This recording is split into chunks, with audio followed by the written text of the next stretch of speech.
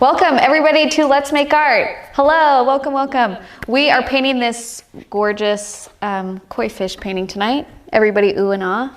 Ooh, ah, it's very nice. I know it looks really hard and intimidating, but it's not. We have an outline for you. We're gonna break it down into steps and it's gonna be easy breezy, no problem. We have some new faces here today. Actually, my family came from California. So this is my brother-in-law, Johnny. Hello, John. And this is my father-in-law, John Cray. Hello, John. And we call him John Cray. It's not just John, it's John. JC for short. No, it's just John Cray. Al, stop trying to mix things up, All okay? And they actually left their house at 3 in the morning this morning to fly here, so they're a little bit tired. So good for them for being good sports. Yes. And coming today to paint.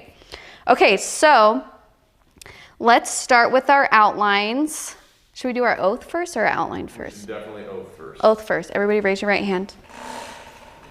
That's you too, honey. Again, that was to her husband. That was to my not husband, me. not to Al. Okay, and repeat after me. I promise to be kind to myself. I promise to be kind to myself. I promise not to compare my work. I promise not to compare my work. And I promise to have fun. And I promise to have fun. Perfect. You're all Because, under you know, oath. sometimes when we start painting, we get kind of anxious and we're worried that it's not going to look so perfect, but it's fine. It's just painting and it's not going to look exactly as your neighbors because we all have different styles. We paint different ways.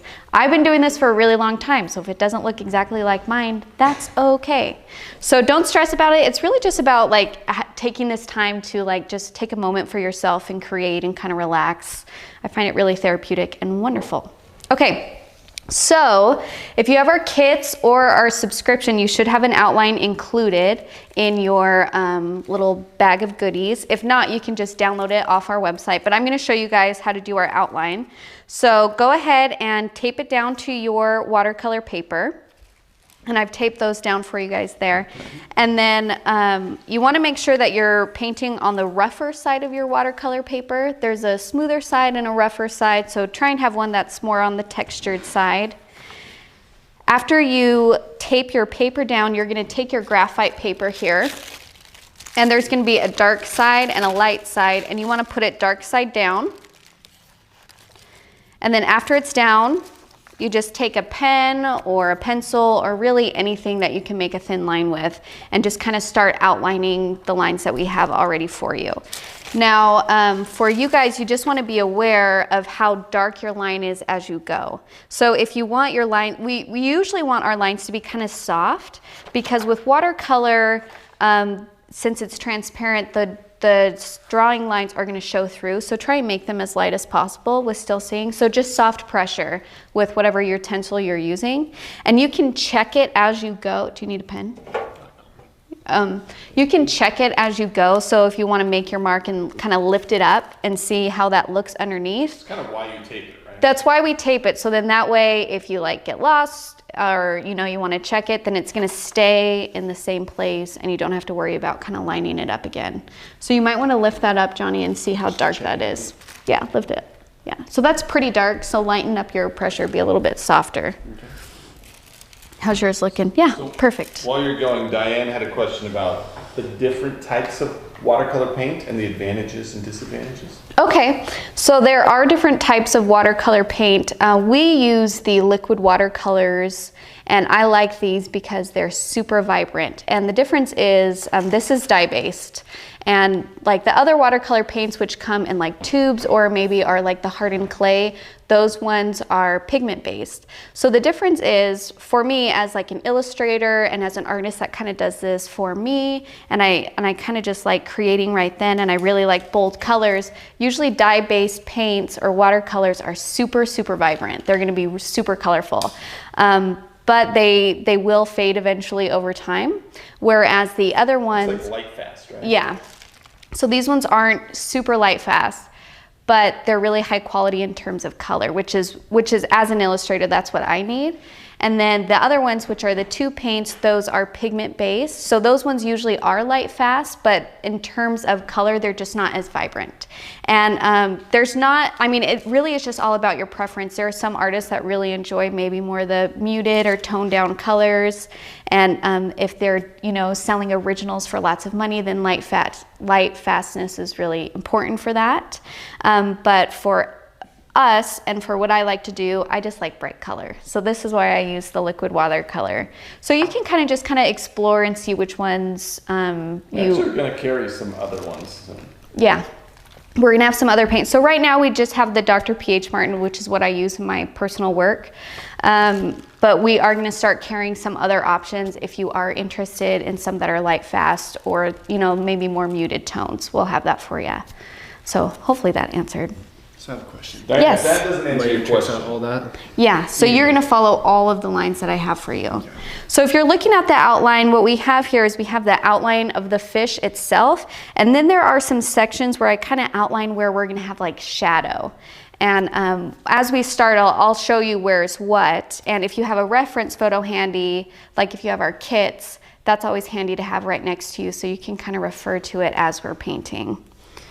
So try and follow all these lines. They don't have to be, you know, exact or perfect. Actually, I'm missing a fin on this side. I'll trace that in. Hello, right here. Linda. Hello, welcome. Hey, Michael, can you get me a pen that's on the desk over there? I forgot one. I forgot one fin on my fish. One little guy. And remember, with graphite paper, it's totally reusable. So you can have the same piece for years and years, and it's not a problem. Okay. So is this different than carbon paper? Graphite paper? I don't know. Well, I don't know actually. I feel like this is carbon paper, like in school? Yeah. Same idea. Same idea. Same thing. Make a carbon copy, but Yeah. this is what Bam. it's about. And we provide outlines just because I think drawing's kind of really hard and intimidating, and if you want to paint, sometimes the perspective or getting the right ratios down before you paint is kind of intimidating. So we just want to make it fun and simple for you guys. And honestly, when I'm doing portraits, like pet portraits or that kind of thing, I usually always use graphite paper because then it just saves me a lot of time in terms of guesswork, because I don't have to I just know everything is right in its place using that. So it's just a tool. I think it's just a great tool as an artist that you can use. Tracing? Yeah. Some people call it cheating. I don't. I think that's silly. Yep. Looks good. You got it all? I think so. I'm checking now. Come on, Michael. Yeah, I think I'm there. Cool. So once it's done, you can go ahead and take off your outline. I usually use painter's tape when I tape it down just so it lifts off easy, but you can just use, yeah, there you go. Put that there. And then We paint it vertically, or do I paint it this? I'm gonna paint it vertically, but you can change the orientation to whatever feels more comfortable for you. And then you should have 2 sheets. Go ahead and grab your other sheet because we're gonna do our warm up first. So set this on the side. So set it on the side. Okay. You ready? Yeah, I think good. Cool. All right. Go ahead and grab a clean sheet, and we're gonna start with our warm-ups to get us used to the paint before we dive into our painting. So we have 2 brushes here. We have a round 6 and a round 2. They're just a larger and smaller size depending on the area that we're doing. And for our warm-ups, I'm gonna get my brush wet, and then I always like to hit my brush off the side of my glass and let that extra water kind of drip down so it's not, kind of flooding my page. And I'm gonna pick up some color, any color you want. And the first warm-up we're gonna do is we're gonna try and do a value change from dark to light. So I'm gonna make sure I have a lot of paint in my brush, and I'm gonna make a few marks here, rectangle. I picked the wrong color. So I just No, it doesn't matter. Oh. Any color you want, it's just warm-ups. So I'm gonna make like a rectangle part with a lot of color here, and then I'm just gonna rinse my brush almost totally, and then kind of hit it off. And I'm gonna start right where I left off and kind of make that same swoosh back and forth. And the pigment should bleed into that water to where I get a light to dark. Now I might have to help it a little bit, but the whole goal here is to have like a change, like an ombre almost, from a dark to light. Yep, now rinse your brush. Okay. And start off right where you left off. Like dab it on the paper towel? Yeah. Yeah. Mine's not getting wider. So what you want to do, so rinse your brush, and I'm gonna have you go, since you're left-handed, I'm gonna have you go Yeah, the well, opposite way. That's what I figured. And you're gonna start off right where you left off and go back and forth this way. Okay, and then rinse, and then do it again. You don't wanna, if you do, Yeah, it's all dark, isn't it? So can I pull some of that down then? you can, so it blends a little bit better, but you don't wanna go back and forth too much, because if you go back and forth too much, like I'll show you guys right here what will happen. Because it's water and because it's pigment on the water, if I add water to it and then I just keep going back and forth, It's just all. I lose it. I lose my light to dark or my dark to light. Okay. Which, if we're trying to make an even wash, that's good. This is an even value wash, which is sometimes what we need to make in watercolor. That's not a bad thing. But just for our warm-up that we're trying to do, we want to have a nice dark to light. So go ahead and rinse your brush one more time. And your lightest part, yeah, go ahead and do it again. And your lightest part, you want there to be like barely any color. Okay. Yeah. So really kind of, I want you to explore how much paint you can really get out and how we really use a ton of water in our medium in watercolor. Yeah. Okay. Yeah, that looks good. So you see how you have that strong Yeah. dark to light. And this is probably, we do this in warm-ups almost every single time because this is what I use the most in terms of technique, is I usually always start by laying like strong color down first, and then I just rinse my brush and play with the pigment that's already there and kind of spread it out how I want it to. So just kind of play with that a little bit. It's like really dark and then really light. Can I go back and just kind of like... If you want to blend out the middle a little bit so there's not such a strong defining line, yeah, you can do that. Boy, dark colors are harder though. Yeah. Yeah, and start right at the end there. Keep on rinsing.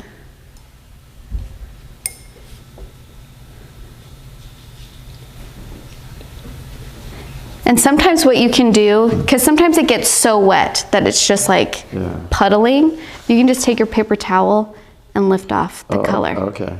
Just like that. Cool. That did it. Yep. It's like when it starts pooling. So if like you keep on, if it's just super, super wet, like so much pigment, so much water that it's not doing anything, you can just pick up with your paper towel. Okay. It's not going to erase it totally, but it will lighten it up and pick up that extra water and pigment.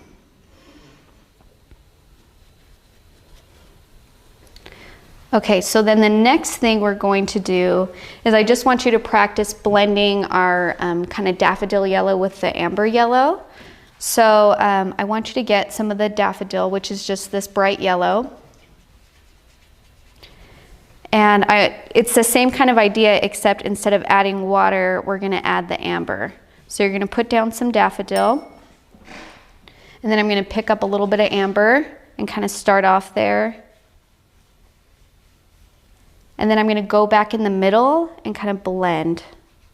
And how I blend is I usually just grab like a damp brush, so I get my brush kind of wet, but not so wet that it's dripping. And then I just kind of blend it so there's a nice smooth transition between the yellow and the amber.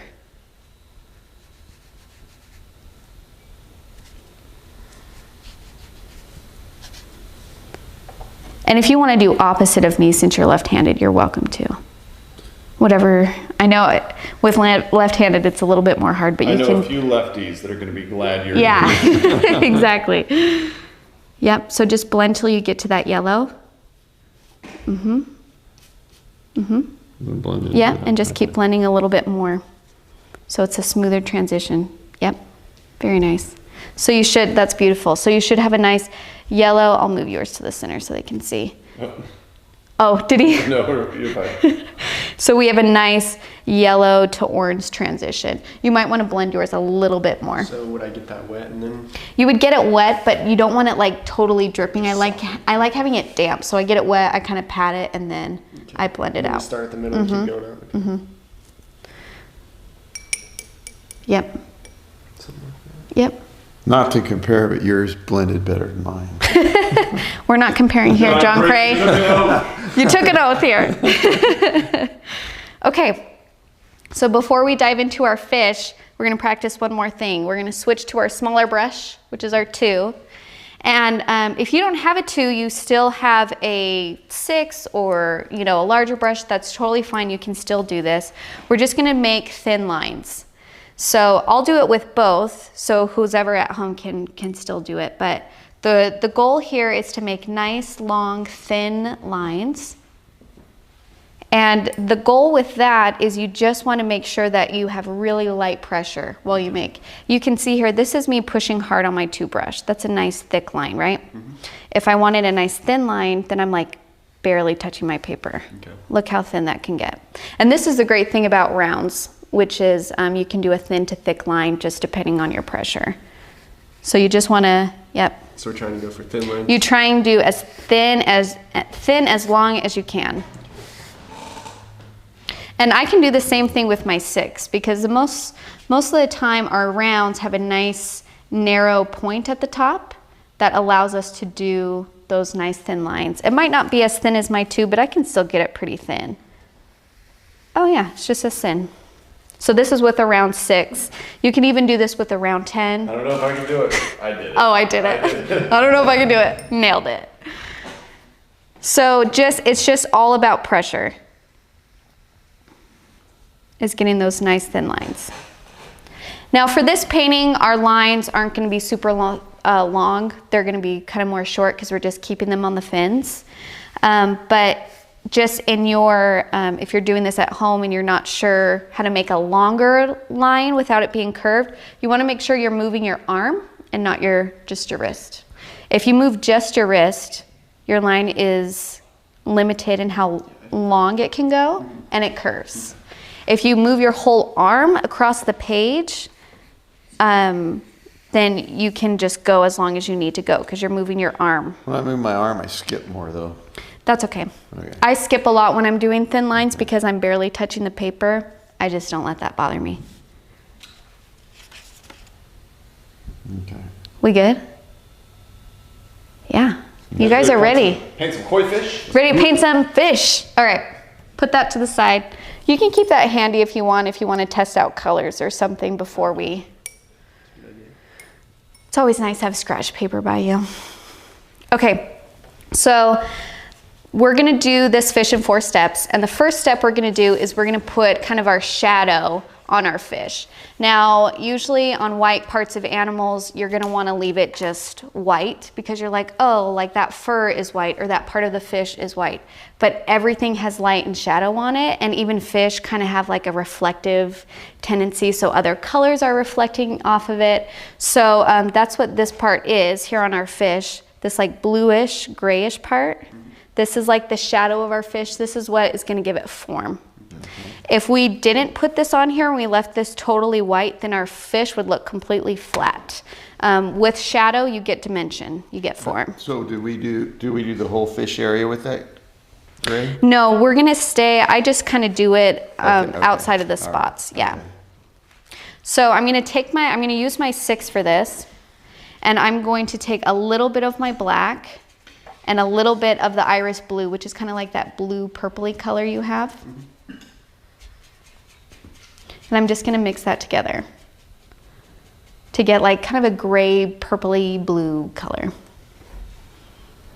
Yeah, and I can help you mix some color too if you want. Oh, so you just mix it around? Yeah, so this is why I like these trays because I have like this whole section to mix with. So is that enough there? Yeah, that's enough. Okay, it doesn't take much black, huh? It doesn't. And actually, these paints go a really long way. Yeah. So I have my color. I'm gonna pick some of it up. And then on the left side of my fish, this is where I'm gonna start. I kind of have this area outlined right here. See how there's this like longer triangle? I totally. Yeah, you have that. Okay. So this is where I'm going to put in my shadow, and then I'm going to use water to spread it out. So I'm going to start off kind of doing this curved line, putting in my shadow, just like that. And then I rinse my brush, and I'm just going to kind of fill in the sides with just water. And that pigment is just going to kind of spread. Okay, so I have this thing there. Yeah, that's the same thing. Oh, You just kind of fill it in. Okay. That was just for me, so I knew like where the darkest part on the shadow was on that fish. Okay, and we're just gonna fill. I just drag some of that up now. And you want to rinse your brush though, because you want it to be lighter. So make sure you rinse your brush before you spread it out, because we want this middle section that we did first to be the darkest part, and then the sides to be lighter. Now let's say you put it down and it's just too dark of color, and you're like, this isn't as light as I want it to be. Don't stress, you just get the area wet, take your paper towel and just pick it up. So what's going on here, Sarah? Okay. Pull us to the middle. Okay. So for Johnny's, what we have going on over here, it's just because your water is just a little bit yellow. Okay. But that happened on my example and when I did it too, so I wouldn't stress about it. I kind of just leave it. So you're going to put in your shadow here, and then just rinse your brush, kind of pat it dry, and then kind of just blend it out. And you want this darker area to kind of keep going down. It doesn't have to end right there. The outlines are just kind of more of a general idea, just so to keep your shape of where things are. You don't have to follow them exact. And if you go outside the lines or a little bit further, it's not a big deal. Yep. So I need more, I think. Just like that. So just kind of make sure that So I blot those lines off there? I don't think those lines are bothering me, but I Oh. think what I might want to do is maybe just kind of connect them a little bit more. Oh, okay. So you can kind of just start brushing them back and forth, or even pick up a little bit more paint. Yep. You gotta be brave, John. Yeah. You gotta be brave. Take some swings here. Yeah. I'm also going to mix in a tiny, tiny bit of yellow. Almost, it kind of looks green on my mixing palette, if you guys can see that. Just so, you might already have it from your water like Johnny did. Mine didn't pick it up as much as I would have liked it to. So I'm just going to mix it in myself. And for me, I just feel like that touches more with like the spots, you know, on this koi fish, these kind of yellow areas. Okay. And then we're going to just keep on doing that around the whole part of the fish that is not spotted. So this is where you might have to look at kind of the reference photo of where these spots are.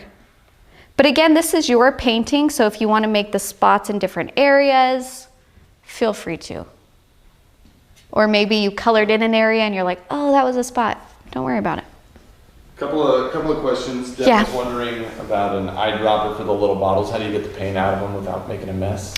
So for the little bottles, we either design it to where you can just dump that whole sucker on your tray, or what I like to do is I just take my paintbrush, like a clean paintbrush, and just do a couple scoops out onto my palette, and then that way I can save the rest of the paint in my bottle, because most of the time you only are going to need a couple swoops out of the bottle with a paintbrush. And Raven's saying that her paint feathers around the edges. What? Her paint, like, as she's painting a stroke, it like feathers around the edges. Like veins out? Feathers. I would have to see it. Could she send a picture? Yep. Raven, send a picture so I can see what you're saying. So I'm going to continue on the shadow on the tail here. I put in my shadow, and then I'm going to put in.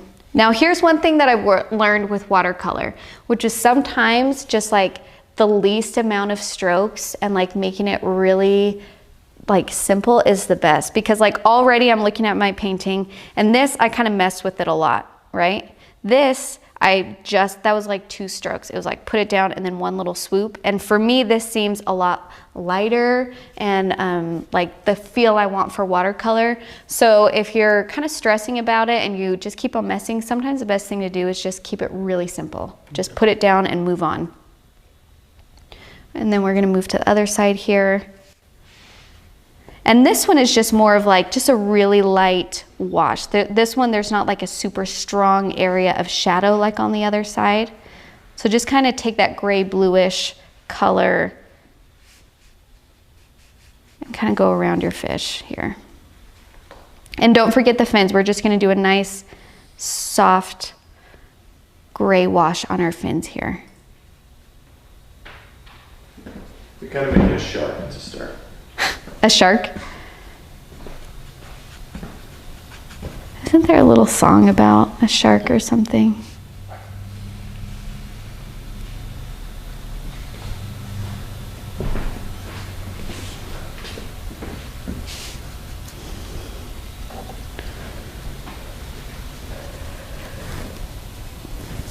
I'm sorry, a song about a shark. I don't know, I feel like there is. Isn't there? Maybe I'm just making things up. That happens. And I know that with watercolor, especially if you're not used to it, you might think that like, oh, because this is paint, I have to have a ton of paint, and when I put it down, it needs to be super thick. Watercolor, it's not like that. See, like my fins here, there's barely any color in my brush at all, but just putting that down, it just gives it like a soft little light touch, which is the thing about watercolor we need to embrace. We need to embrace how soft it is and how transparent it is and how delicate it is. Really? Yes? Yeah? All right, We're doing good. We're with you. We're with you? Okay, let's move on to the other fish. So same kind of idea, we're gonna put our shadows here, tail end, kind of follow that curved line. Then I rinse my brush and blend it out. I'm gonna go all the way to the tail. So I'm kind of noticing it has to be like kind of a quick process, right? Yeah, so the longer, with watercolor, if you put your shadow in and then you wait too long for it to dry, then it doesn't bleed, it doesn't blend as easy when you add water to it. So the quicker you can do this, the better, which is usually why I try and like put my shadow in and then immediately add the water to blend it out. Because if you wait too long, then you're gonna see your brush strokes. You won't be able to blend those out.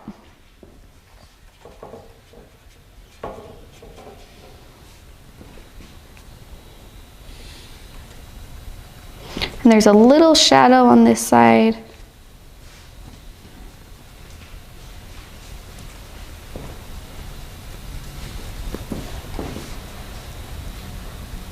And the reason why when we put in our shadow we do curved lines is because we're following the form of a fish as if it were an actual form. If I were to go up and down, like just straight up and down, that won't communicate as well that this fish is actually rounded, that it's a three-dimensional shape that if I were to paint on the fish like in real life, then it would be like a curved line because it's an object, it's a three-dimensional object.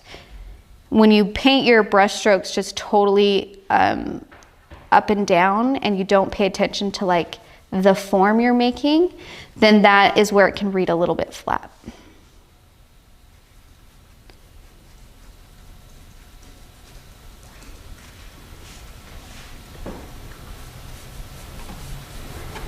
Now, if you're doing your shading and you're running into some of your spots, that's okay. We kind of want to overlap these outline spotted areas a little bit, because then that's just going to lead to a smoother transition and we won't have to worry about like a thin white line in between them.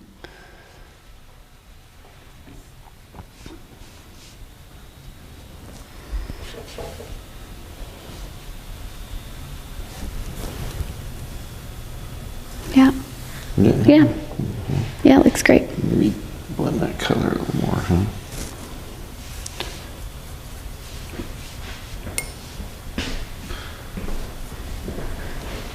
And don't forget to fill in your fins also.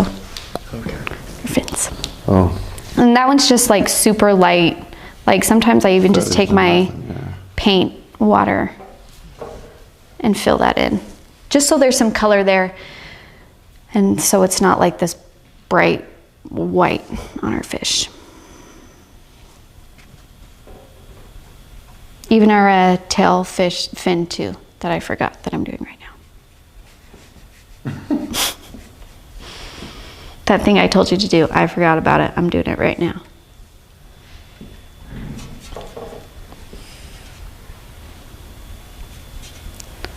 I got my tracing too dark. I'm seeing the lines more. That's okay.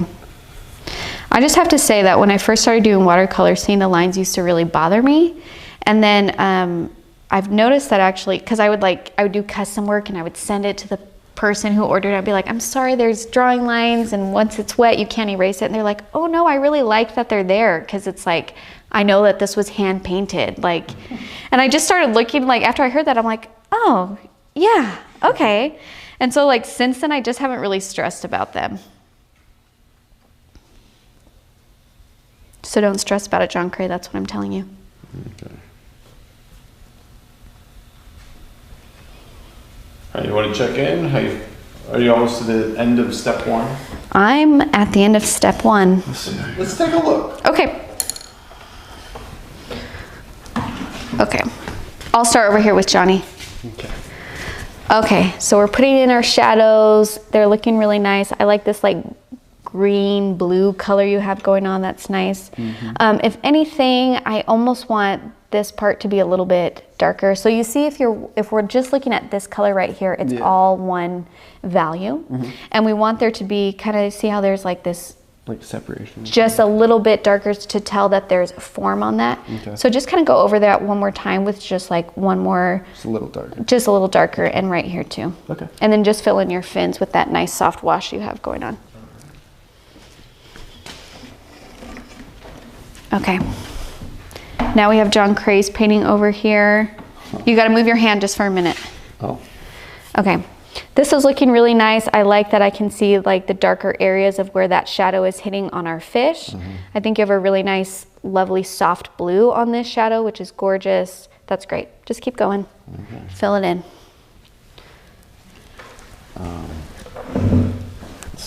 Okay, so let's say I want to add that darker. Faye is feeling kind of stressed this time. Oh, Faye, you're gonna do great. I know you're stressed. Just take a breather. It's fine. It's just paint on a paper. Animals are weird. Animals are weird. Let me tell you something right now. This looks super weird right now. It's gonna look super weird until the very end. This is just how animals are. They don't come together till step 4.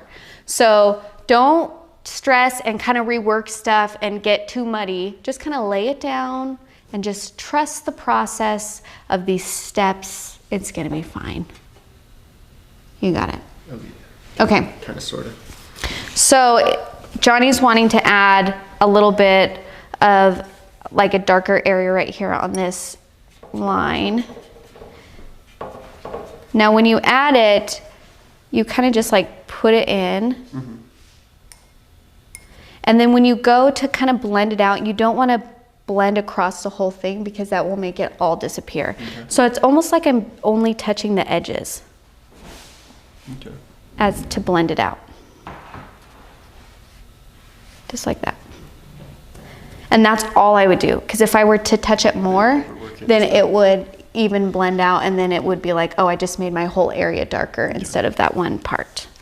So you just kind of like, let me grab some more blue here. So like this, I'm just gonna like kind of put that in, and then I'm just gonna touch the edges to blend it. Gotcha.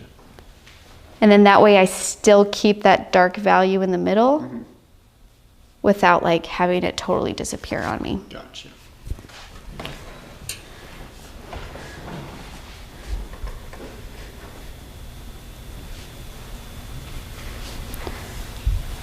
Okay. You guys almost ready for step 2? Sure. You're getting close. Yeah, so just fill this in a little Just bit, fill it right? in with like a light wash, just like that same wash that we've been using. So you got a light wash covering everywhere except for the head part. So everywhere except Can you show us on the reference photo sort of where we're Sure. at? So what we did here is we just put in all of these areas right here. All the areas that aren't orange, pretty much, that's what we put in. And then we're gonna put our spots in kind of overlapping on top of it. So we're just filling in these kind of areas where on the fish, they might be a white or a gray or just a different color, just to put that paint down. And then we'll start layering our spots and stuff on top of that. So we filled in our fins, we filled in the white areas.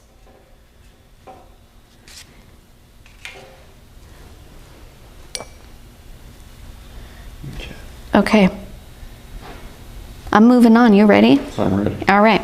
We're going to start with our daffodil yellow. I'm just going to pick some of that up.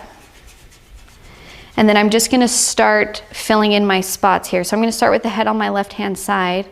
And when I go to fill in my spots, I'm going to overlap a little bit on my shadow. And that's okay. It's okay if they kind of blend together a little bit. But I'm not going to do the eye, so I'm going to go around my eye.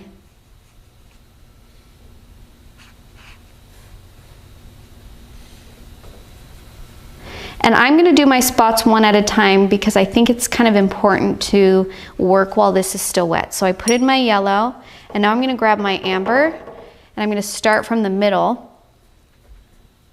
I put in my dark color, and then I'm just going to start kind of blending it out.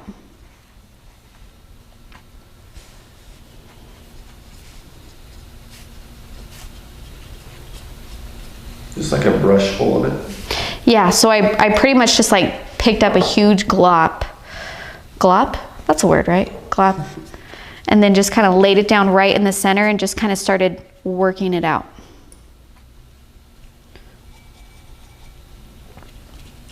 So we kind of want this like transition part over here where it kind of gets a little bit messy. It mixes with our shadows. It might get some orange in there. Just be careful not to hit your eyes.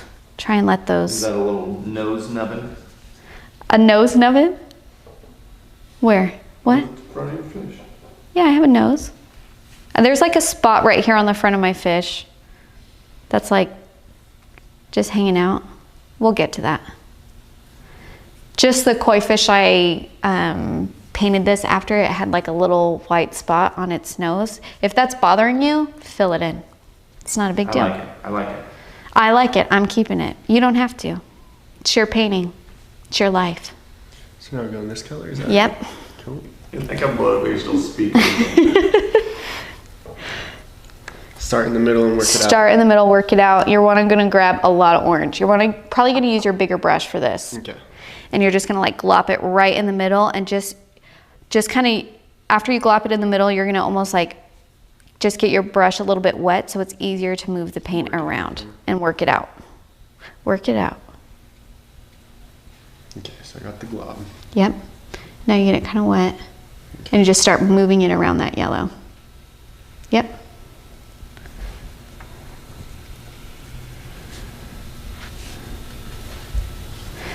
And kind of let it, so for me, I kind of like smeared it around, let it blend in with my daffodil so there's not like a strong line from where my daffodil was and then where my amber was on top of it. I don't have like, you know, a strong outline. Try and blend it so you don't have those outlines because we want it to feel really natural. And this fish kind of has like a really light yellow on the edges of the orange and then it gets to a really deep orange in the center. And if you're using these paints at home, I hope you are, because the color is like, I'm so in love with this color. Yeah, you're gonna want more. Okay. Go. Yeah, just like go crazy. Just like so much orange. Yeah. Yep, very nice. Beautiful, beautiful. And then move on. I finished my top spot. I'm gonna move on to my next spot. Starting with my daffodil. Oh, that kind of turned out, that mixed a little bit. And then I'm going to drop in my amber just like that. And you want to kind of move quick like this so those colors kind of bleed and blend together really easy. And then I move on to my next spot. Start with my daffodil. And this is the fun part, I think. Not as stressful as the shadows.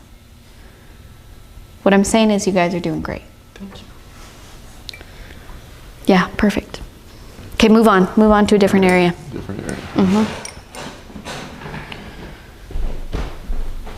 So you guys want to start light and go to dark? Yeah. Okay. So I like to start with my daffodil and then add in my amber. Oh, so all this has to be yellow first, right?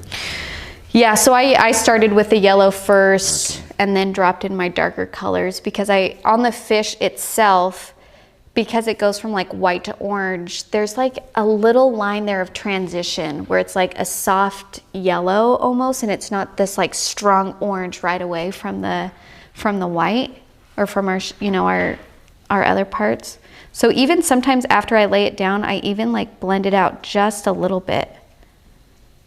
Because I think watercolor is almost really like loose and like messy almost, and I love that about it. And you really need to kind of embrace that quality of like, it's okay if this is getting kind of loose and bleedy. It's kind of cool. Dude, everybody's struggling with the shadows. We're talking like this is a hard one for people. Yes, you know. It's stretching us. It's okay. First of all, it's good to try something that's a little more difficult. You learn. But I think sometimes when I spend too much time talking about an area, it like stresses people out more. So just move on. Just like fill it in as quickly as you can and then move on to the spots. Because sometimes we get so up in our heads that we overwork areas and we're like, oh, this isn't reading how I want it to read. Really, we just need a separate color in there. So even if it's just like a light wash that's like kind of gray and blue that we mix, just put that in there and you'll be fine. Debbie says her fish has a weird birthmark on it. I think all these fish have weird birthmarks on them. All right, hang with us, people. Hang with it. Just keep going. You got this. The shadows are the hardest part.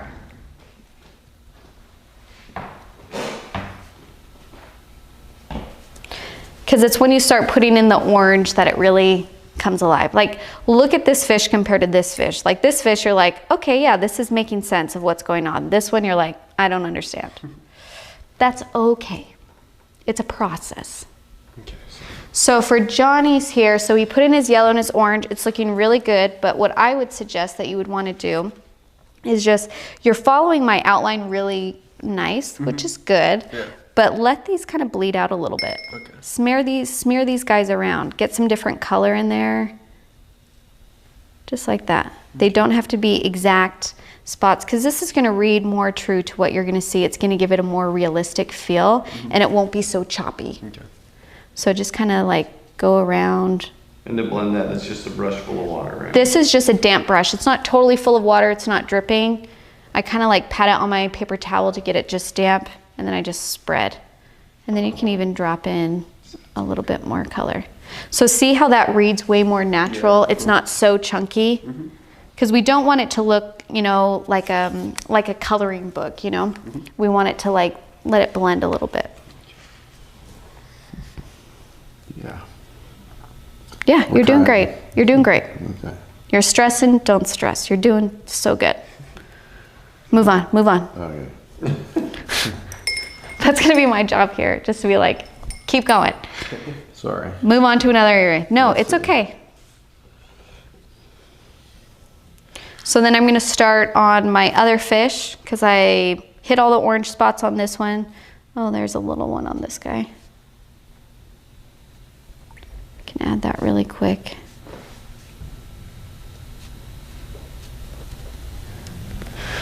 Oh, I love this color. Okay.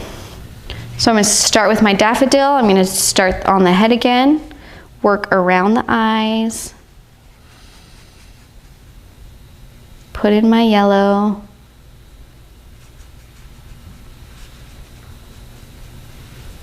for me it's easier to start with lighter colors first because they're easier to build on. If I were to do my orange first and then try and add daffodil yellow on top of that, you won't be able to see it like on the edges. Like that orange would just, it's so much stronger in color that it would overpower that yellow.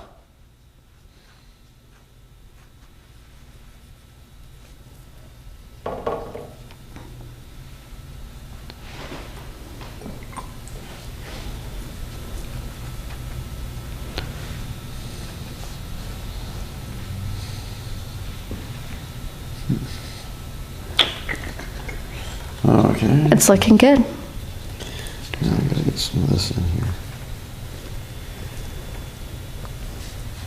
And if you want to make your own little spots in different places, do it. A couple people have already painted, not on me. A couple of people have already painted this. They've been posting it on Instagram and they've been looking really great. And some of them just kind of, some of their fish have been all orange. Some of them just had different spots and I loved that. Because sometimes like maybe you make a mistake and you're like, oh, I accidentally did an orange mark over here. That's fine, make that an orange spot.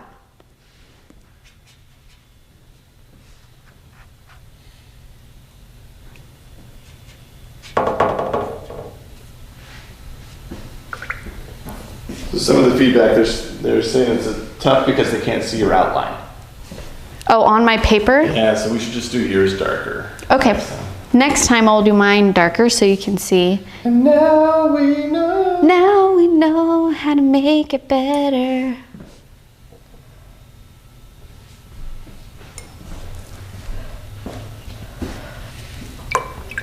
Lisa asks, is this like wet painting but yellow under amber? Is this like wet painting? Yeah, is that a thing? It's like a wet on wet technique, if that's what she's asking, because I'm putting down wet paint and then while it's still wet, I'm adding another wet paint onto it. So that is called wet on wet.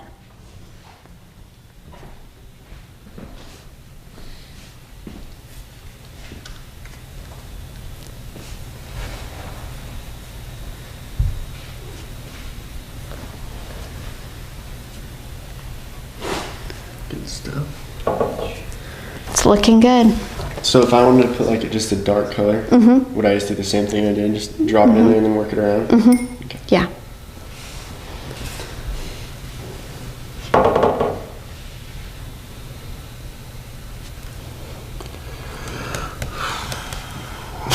Feel dark. Trying to get that shadow line in it better. I mean, if you want to pause and check in. Yeah, we can do that. We can help.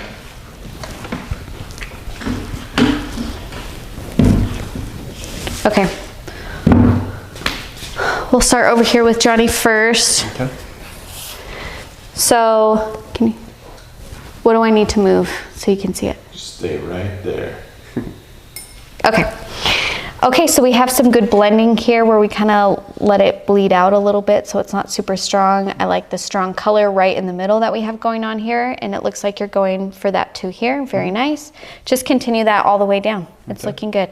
And there is this like weird space in the middle. This is a top fin, which is why we haven't really touched it yet. So if you're wondering what the heck that is, we haven't done it yet. Okay. But just kind of, yeah, play with that. Even let this blend a little bit more. Let it run back.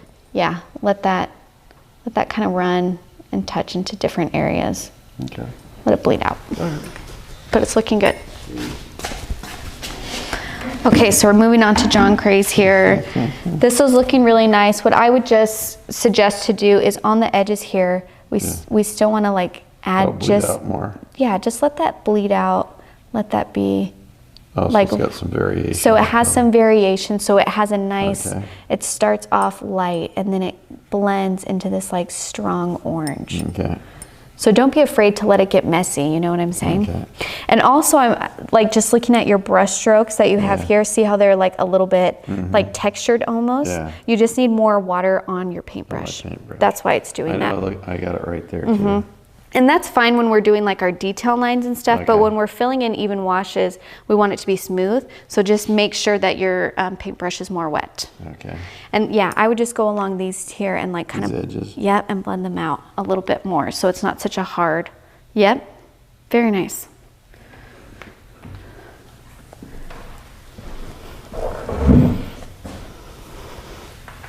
Because sometimes when we see lines, we have to be like, oh, it has to be that perfect straight thing. But with watercolor, a lot of it is just letting those things, you know, slide around and kind of mix around and you get these interesting variations.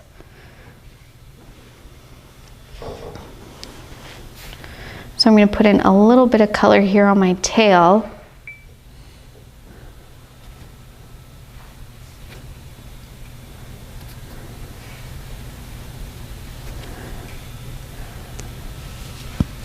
And even on the spots that I put down already, I'm gonna go back with the damp brush and just kind of go along the edge almost and let those lighten up a little bit.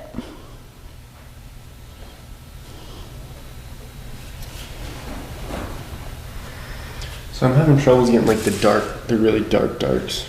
So I think what's happening with yours is your paper is not super wet when you're adding to it, and when it's dry, then it's not going to show the paint as well as it could.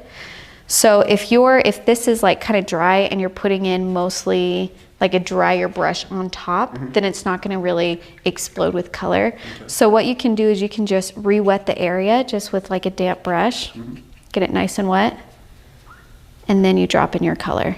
Okay. So see how that's dark already? And then don't move around. Just let it do its thing. Okay. And do the same thing here for your spots. So we have spots, we want to get that a little bit more wet. I'm just going to make sure my brush is filled with paint. And just drop it in, and then I'm not going to touch it. Okay. Because if we work it back and forth, then we're going to lose that dark color that we just added to it. All right. So just have it be a little bit more wet when you're adding in that dark color, or that strong color.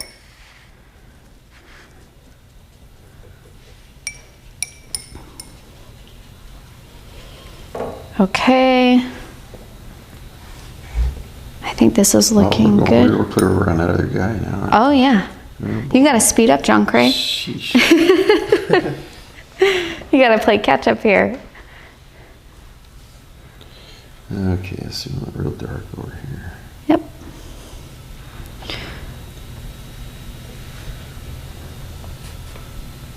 Does somebody have a question here? Because I think I might be ready to move on to step 3, but I'm gonna give it just a minute, let you guys kind of fill in those spots before we move on to our fins.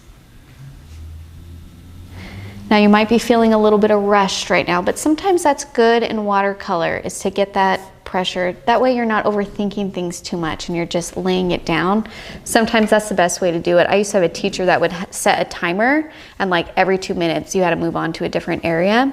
And it was very frustrating, but very good. Yeah, that sounds like the worst. I know it's hard, but it's so easy to get caught up in our mind. This is a relaxing time, This Sarah. is a Don't good high time. pressure me. I'm not high pressuring you. I'm telling you to just be faster. No, I'm just kidding. It's looking good. All right, take us there. All right, let's do the fins. Now, some of you might not be there yet. If you want to pause and kind of take a look at what I'm doing, go for it. Okay, so for our fins, I already filled in our color here, and I'm just going to add some little detail lines here, almost like veins on the fins here. See how they're kind of like those thin lines spreading out? So I'm switching to my 2. Show us one more time. I missed that. So right here, we're going to do our fins, and I'm just going to do these kind of detail lines. They're almost like veins or something kind of coming out of our fins. This is step 3, by the way. You've completed step 1 and 2. You're doing great. So I'm actually going to use just amber for this. And for me, it's easier when I do my thin lines to start at the bottom and go out. So I'm actually going to turn my paper around, because I'm going to start right here in the corner. And I'm just going to do splayed out lines, but I'm going to make sure that they all start in this little corner here, right where this fin meets this fish. So I'm just going to... And you changed to a 2, right? I changed to a 2 so I can get a nice thin line. Just like that. And if you want your lines to go all the way to the bottom of your fin, you can. I like to have my lines different heights for variation, so then it's not just like straight line after straight line. It's almost like a sun ray or something. Okay. And I'm going to do the same thing on the other fin right here. I'm going to start in this little corner and just kind of splay thin line out. So like how many do you recommend? Because you don't want to overdo it, right? Yeah, I did like 5 or 6. Okay. But do what feels right for your painting.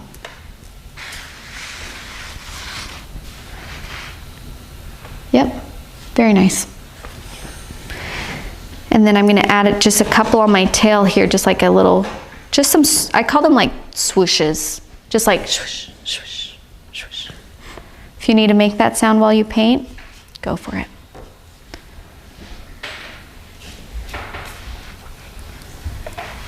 And then I have this top fin here on the top. I'm going to do a strong line on the left-hand side because that's where that fin is meeting the body. And then I'm going to do a couple of those kind of ray-like thin lines coming up. So I'm following this kind of angular shape and just splaying a couple lines.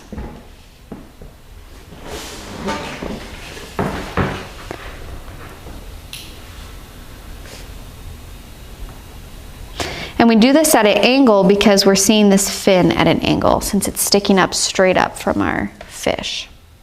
So it's like angled down almost like a slash mark.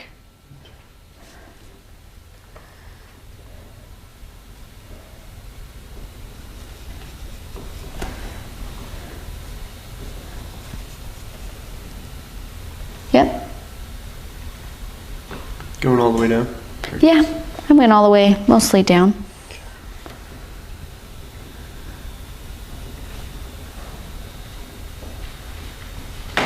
Yep, and then I'm going to do the same thing on my other fish. This one I don't have to turn upside down since it's already the right way. Just kind of do these sunbeams or sun rays out right from the corner. Now this fin is kind of turned up on its side. We're seeing it as if it's not laying flat. So if this was my fin laying flat, this fin right here is actually up like this. So we're only seeing like a thin slice of it. So I'm just gonna do just a couple orange here on this little lip that I outlined, just like that.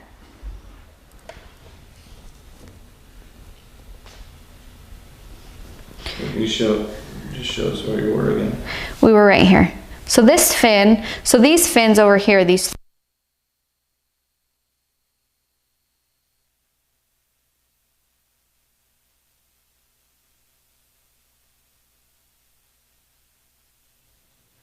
is it back on? Oh, it's dead. Yeah, hold on, let's go backwards. Perfect.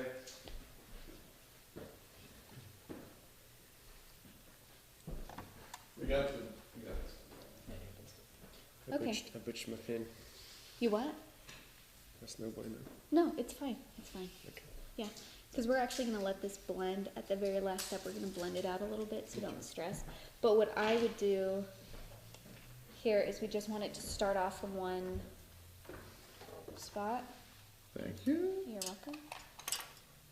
So I'm going to kind of make a thicker line at this bottom here. Okay. So it's like, that's where it starts. That's where it meets. Okay.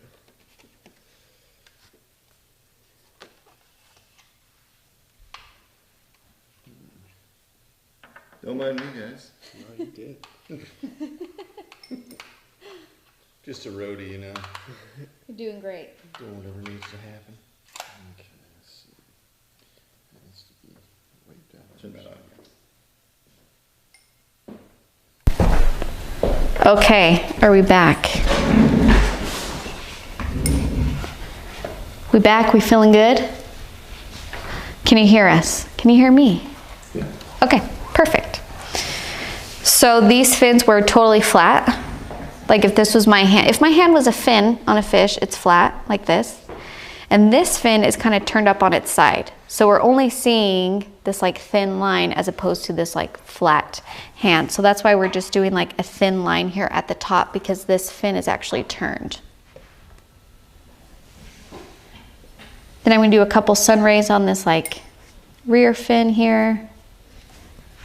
I'll add some on this one. Your lines are finer than mine. I'll see if I can do it. Let's see. I think you can. Okay, let's see. So we have Yep.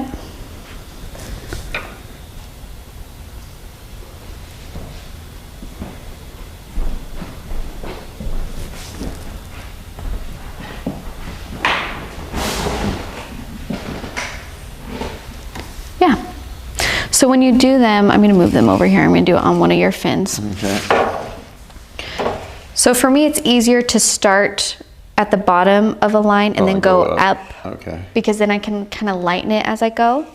And then you want it to all start in like one spot right here. So all of my lines are gonna be like boop, boop, boop, boop. Oh, so you just feather it out. You kind of just feather it out. Okay. I see. Those are pretty veiny looking. That's all right. Okay, let's see. You got a veiny fin. That's fine, those So exist. let's see. What? What?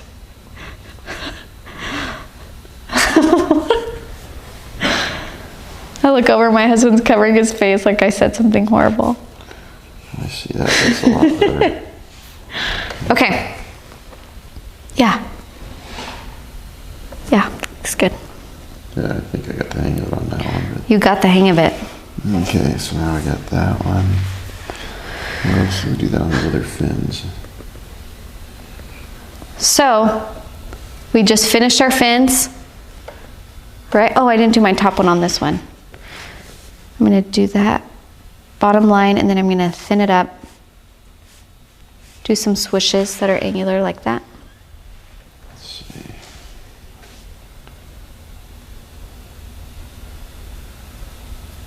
Yep. Okay. Oh, and you got some up on his back, huh? Mm-hmm. Okay. Just a little on his back. Solid, but That's fine. Okay. If your koi fish doesn't have a top fin, nobody's gonna notice. That's obviously not true, Sarah. I'm just saying. Okay. So I finished my fins. I'm gonna move on to the last step, which is just my eyes and kind of doing a little bit of detail texture in terms of scales. So I'm gonna do my eyes first, and I'm just gonna grab a little bit of black here, and you don't want you still want to be able to get a nice thin point with your brush, so don't like have it like, you'll notice if there's too much paint because it's like, it will make your bristles really thick. You want to still be able to get a nice fine point. And then I'm going to do the eyeballs, but when you do the black part of the eyeballs, you don't want a perfect circle because we're looking at the fish from above, and so they're almost like more like slits. So it's going to be a little slit there. So you see how that's more like an oval with sharper corners than a perfect circle. Because on the other side. So I'm just doing like a little slit, just like that.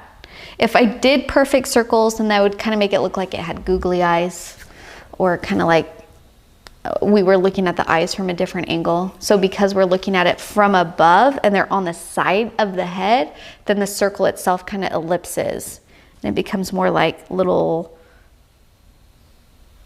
slits here. So I'm going to put those in, and then on this back part of where the eyeball meets the fish, I'm going to put in a little bit of black. And that's going to give us a little bit of depth for that eyeball. So on all 4 of these eyes, I'm going to do a little.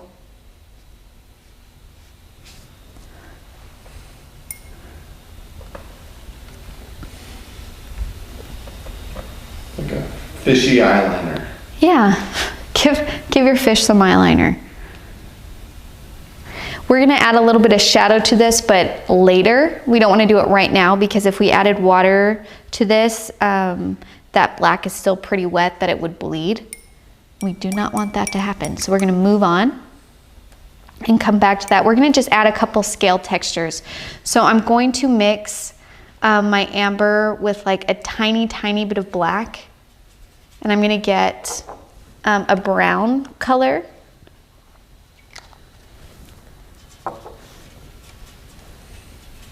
So just mixing that amber yellow with this black, I get like a dark orange or brownish. And then I'm gonna do a couple fish scales. And you know scales, how they're kind of like that, kind of almost scalloped, like layered. Mm-hmm. So just kind of like on the head, I'm just gonna do a couple.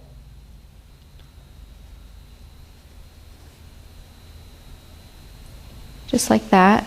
on both sides, just here and there. And then I'm gonna take my brush and kind of just blend it out just a little bit. Because with watercolor, if we were to do those fish scales across the entire surface of our spots, then it would actually flatten everything so far. So we want to give the hint of the texture without going through and having to detail every single scale. So you just put a little bit here, and this is why they're a little bit darker, so it gives it a little bit of depth. It's just a touch of texture. And you wanna still blend it when it's a little bit wet. If you wait too long to add the water to blend it out, then it's going to dry, and then those marks are not going to move at all. And you can do a little kind of down here too. We're just giving people the feel of what this texture is like. Or I guess the pattern.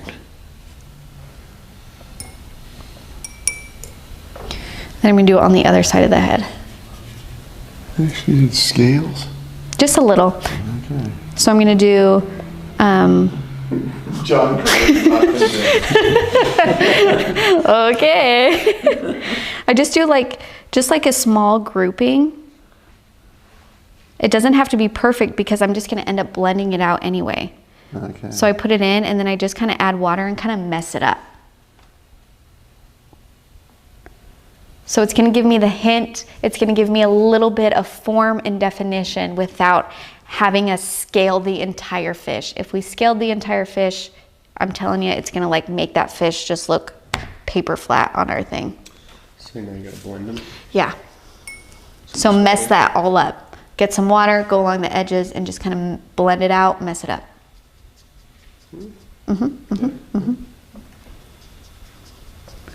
We just want some areas to be kind of darker. Mine's not painting. So yours is really wet in this area. So I would move on to this because Okay. it's dry. And- If the spot is still wet when you try and put in your detail scales, it's just gonna bleed out. And they go this way? Honestly, I have no idea. Oh, Do it either way you want. I did it both ways because I wasn't sure. okay, I'll do it this way. Yeah. Yep. And I'll do a little more over here on my spots. And make sure that these scales that you're putting in are a darker color. Can you do the scales on maybe a scratch paper? Sure.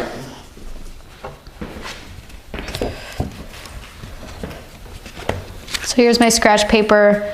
I'm grabbing my brown. And the scales, they're like half circles. Brown. Do we have brown? I mixed the amber with a little bit of black. Oh, that's why I'm not getting them dark. Okay. I missed a step. So these scales are kind of layered. So when you do one, you do another one where that one ends. What's that word I'm looking for? Stacked? Yes, no, Dragon scales? no. What is that when it's like every other? Anyways. Alternate, maybe? Staggered for the win. Okay. Shingled? Yes, all of these words are good words. That's exactly what you need to know. So I put in my scales, they're staggered, they're half circles, and then I just take my water and I just really kind of go along the edges and a little bit in the middle and mess those up.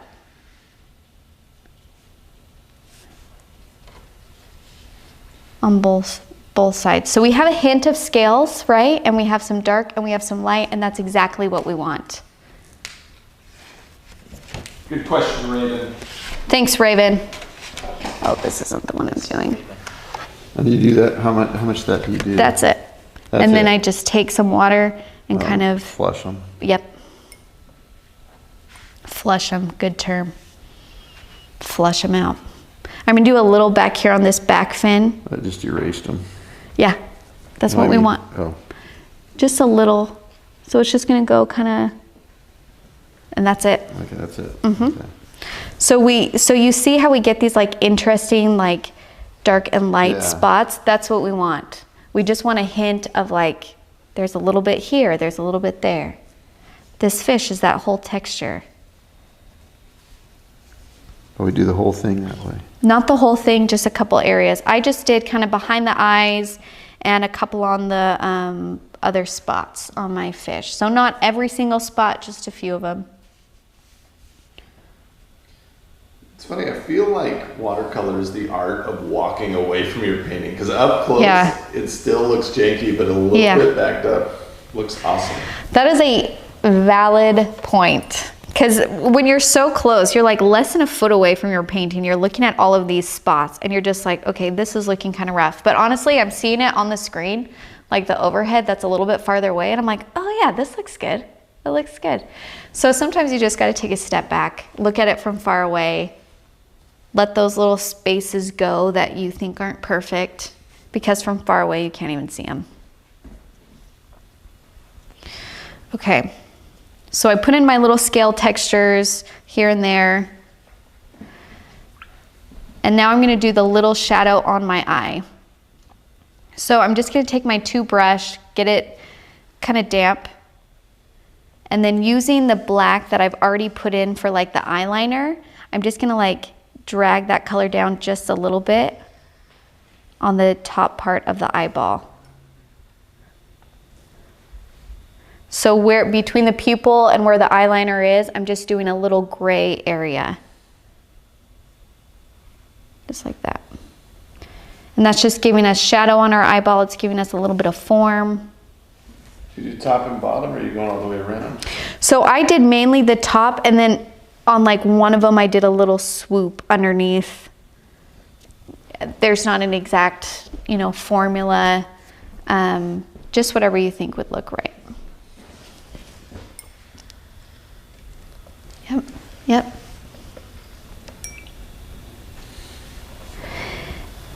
And then on this top fin that's white where we did the swoop lines, I'm just taking my damp brush and kind of just blending a little at the top here. Not a lot, I just want like barely a little bit so that strong white fin is not super standing out so much on our fish. And then this is the time we're on our last step here where you can go through and kind of touch any areas. This little white spot on my nose I didn't shadow, so I'm going to put in that kind of gray shadow right now. Just kind of go. You just put a line of black and spread it? I just picked up that mixture of that iris blue and the black, put it a little bit in the corner, and then spread it around.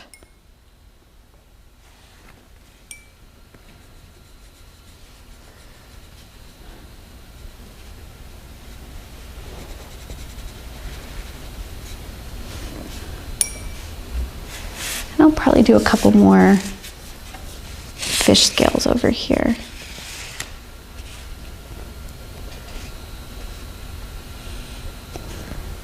Yep. Okay. Oops. Too wet. Yeah, sometimes you just gotta wait for it to dry before you can add those little fine detail lines. Okay, let's see the eyes. You see, putting a little gray around it. Okay, and I'm going to go back and add just a tiny bit more shadow on this area. If yours doesn't need it, then don't do this part. I just wanted a little bit more depth on that side.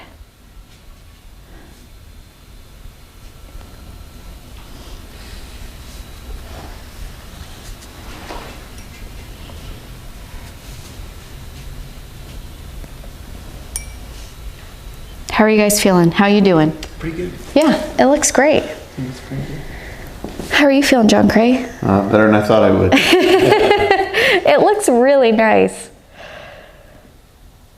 I got orange in there, don't I? What I would just say for yours, I think your scales are looking good. Go through and let these kind of blend these out a little bit more over here. Okay. But I'm feeling good about mine. I'm done. I don't think there's any other areas. I mean, I can play here and there. How are you guys feeling? You feeling good? Yeah, it's getting there. It's getting there. It's looking really good. I'm telling you, animals, you just have to like Stick with it. You gotta believe. You gotta trust me.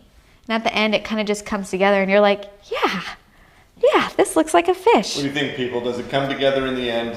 Talk to us. I hope you say yes.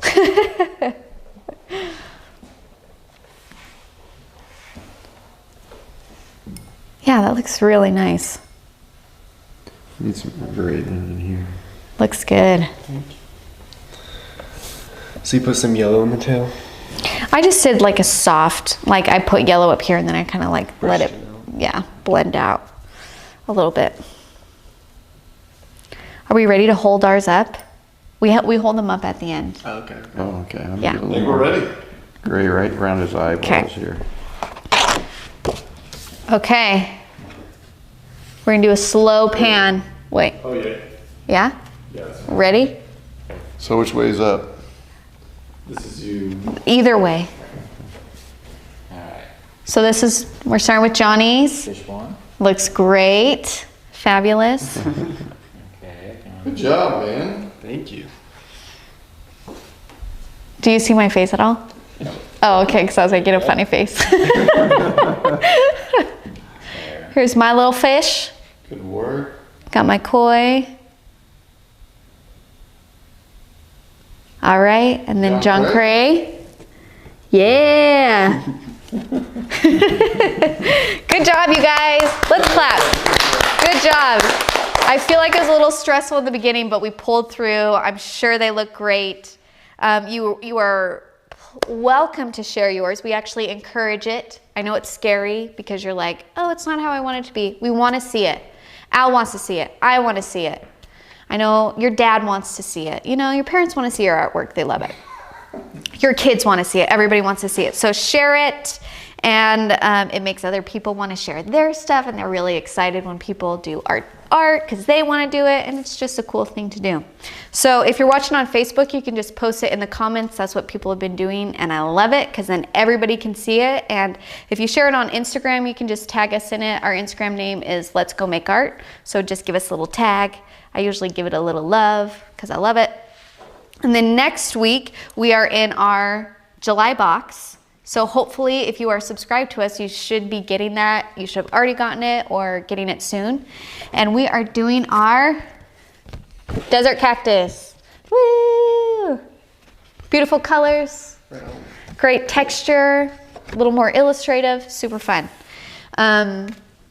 So meet back here next Tuesday to paint that, and we're releasing the tutorial on how to paint that tomorrow. So if you want to get a head start and come with your questions, you can do that too. Is that it? That's it. That's it, you guys. Good job.